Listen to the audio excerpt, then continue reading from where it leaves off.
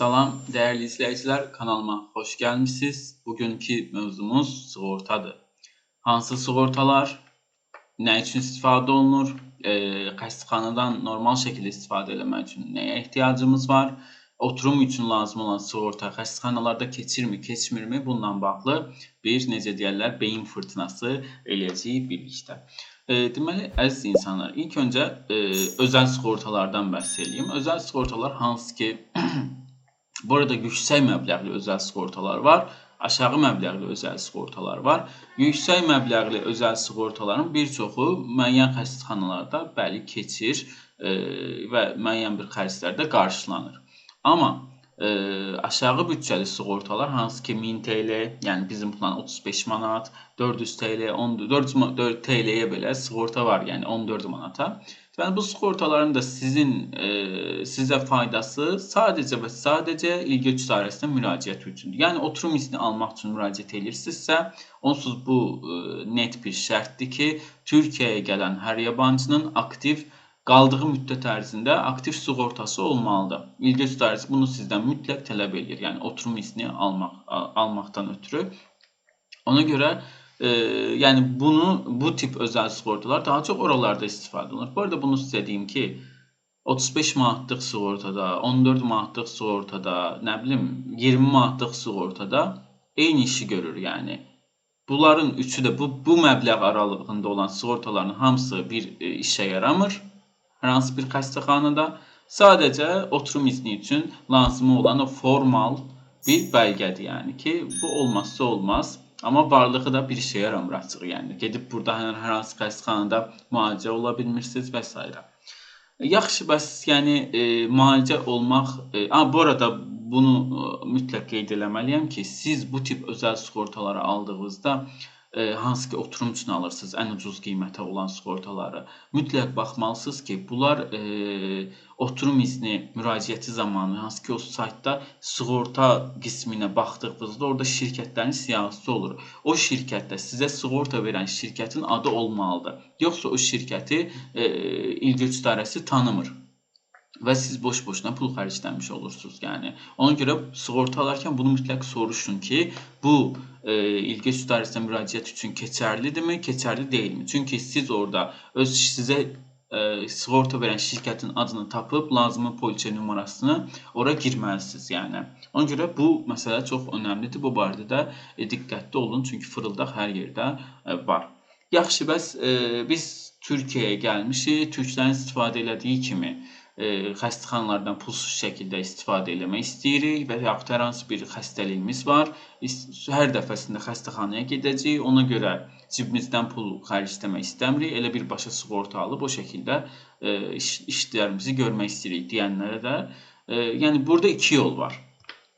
Birincisi yol tələbələrə aiddir. İkincisi normal yabancılara aiddir. Hansı ki oturum izni olan yabancılara aiddir. İlk öncə o yabancılardan bəhs eləyək. Tutaq ki, siz gəlmişsiniz Türkiyəyə. Bu arada genel Türkiyənin bu sizin üçün, yəni dövlət sığortası genel sağlıq sığortası adlanır. Sosial Güvənlik Qurumu tərəfindən edilir. Yəni bu sığortanı elətdirmək üçün Sosial Güvənlik Qurumuna getməyiniz lazımdır.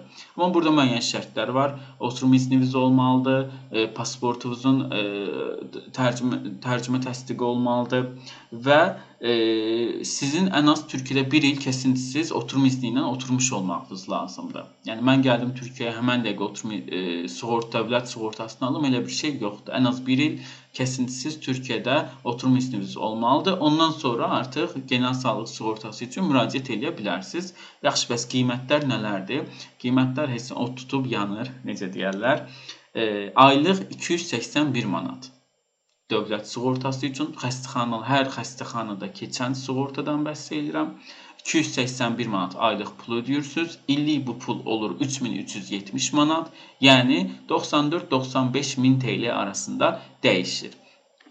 Amma Türkiyə dövləti burada tələbələrə də necə deyərlər, onların dili ilə desək bir qıyaq keçir və tələbələrə belə bir avantaj verir ki, Sosial Güvənlik Qurumu əgər siz tələbə olaraq Türkiyəyə gəlmişsinizsə, universitetə qeydiyyat elədiyiniz vaxtdan 3 ay ərzində genel sağlıq sığortasına müraciət eləyirsinizsə, misal üçün normal yabancıya 281 manat olan aylıq ödəniş sizə tək səfərlik 567 manat illik ödəniş olaraq ödəyirsiniz. Yəni və 567 manatı ödəyirsiniz, sizin sığortanız olur. Əliniz ayağınız təmiz, xəstəxanaya da gedib müalicə ala bilirsiniz, lazım gəlsə əməliyyat da olursunuz və s. Yəni bunun ən böyük fərqi tələbə olmağın burada avantajı normal yabancıya verilən pulun qat-qat altında sizə bu qiymətdən genel sağlıq sığortası eləyirlər. Amma ilk 3 ayda müraciət eləmək şərti ilə. 4-cü ayda müraciət eləsəz artıq siz normal yabancı kimi qiymət ödəməyə məcbur olacaqsınız. Və bu arada bunu qeyd edeyim ki, bu dövlət sığortasının pulu hər il artır. Yəni hər il artır deyəndə ki, tutaq ki, bu il tələbələr 567 manat ödəyir illik. Bir sonraki il yenə o zamlanır. İndi 800 manat mı olur, 700 manat mı olur? O zama bağlıdır. Bu qiymətlər ilbəil artır. Bunun da sizə məlumat vermiş olum. Amma məsləhət olaraq məsləhət almaq istəsəz bunu deyə bilərəm ki, əgər hər hansı bir ciddi sağlamlıq probleminiz yoxdursa, nə bilim, onsuz bura gələn tələbə cavan insandır, cavanların çox vaxt sağlıq problemi olmur, ümid edirəm heç də olmaz. Yəni bura gəlmişsiniz, dövlət sığortasına ehtiyacınız yoxdur, yəni. Təbii ki, bir ciddi xəstəliyiniz yoxdursa. Dövlət xəstəxanasına ehtiyacınız yoxdur. Bunun yerinə misal üçün normal özəl sığorta eləyib 14 manata, 35 manata, indi hansı olsa 25 manata qiymətlər çünki hər hədə bir cür dəyişir yəni. Bu arada sığorta qiymətləri yaşa görə də dəyişir. Yəni sizin yaşınız artdıqca sığortanın qiyməti də artır. Yəni 30 yaşında sığorta alan birisi ilə 18 yaşında sığorta alan birisinin qiyməti eyni deyil. Bunu özəl sığortalar üçün deyirəm bu arada. Dövlət sığortasında belə bir şey yoxdur. Yəni qiymətlər standartdır. Yəni belə bir xəstəliyiniz, probleminiz, dərdiniz, sərviniz yoxdursa, boş-boşdan bu qədər pulu verməyinizə ehtiyac yoxdur. Görürsünüz ki, nəsə bir Əzrail sizi o tərəfdən çağırır. Heç nə Türkiyəyə acildən, TC kimliyinizlə acil servisindən girib müəyyən müalicəni ala bilərsiniz və yaxud yəni pulunuzla dövlət xəstəxanasına və yaxud özəl xəstəxanasına müraciət edib müalicə ala bilərsiniz və yaxud ailə həkimləri var Türkiyədə, hansı ki, ailə həkimləri pulsuz şəkildə yabancılara da daxil, yabancılara da baxır. İndi bildiyim qədərilə, bu barədə yanlış məlumat verməyim, yəni artıq bir çox yabancının da ailə həkimləri qəbul eləmir, eşitdiyim qədərilə. Məlumat yanlış da ola bilər, amma belə eşitdiyimi xatırlayıram. Müəyyən bir xəstəxanalar var ki, artıq yabancılar o şəkildə oralara yönləndirirlər. Belə bir dərdiniz, sərviniz olsa, araşdırıb tapa bilərsiniz. Yəni, yox, əgər ciddi bir probleminiz varsa, təbii ki, bu sığortanı dövlət sığortasına, genel sağlıq sığortasına eləməyinizi sizə məsləhət görürəm ki, çünki türklər nə qədər xərcləyirsə, siz də o qədər xərcləyirsiniz ki, çox məsələ onsuz pulsuzdur. İndi arada dərmanlarla bağlı müəyyən katkı payları 30 TL, 40 TL, 100 TL o çıxırsa o heç. Amma əməliyyatdır, həkim müayinəsidir, analizdir. Bunların hamısı pulsuz olur yəni. İzlədiyinizə görə təşəkkür edirəm. Ümid edirəm video sizə faydalı olub. Beyninizdəki sual işarələrinin cavabını tapdınız.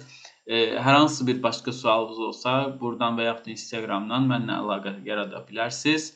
Bu arada təhsillə bağlı videolara biraz ara vermişəm, elə görünür. Daha çox ümumi məsələlərdən danışıram, amma yaxın müddətdə bütün universitetləri, xüsusən Azərbaycanlıların ən çox sevdiyi universitetləri tək-tək incələyərək qaldığı mühit, kirayəsi, xərci, dərdi, səri, keyfiyyəti və s. ilə bağlı da məlumatlar verəcəm. İzlədiyinizə görə təşəkkür edirəm. Özünüzə yaxşı baxın.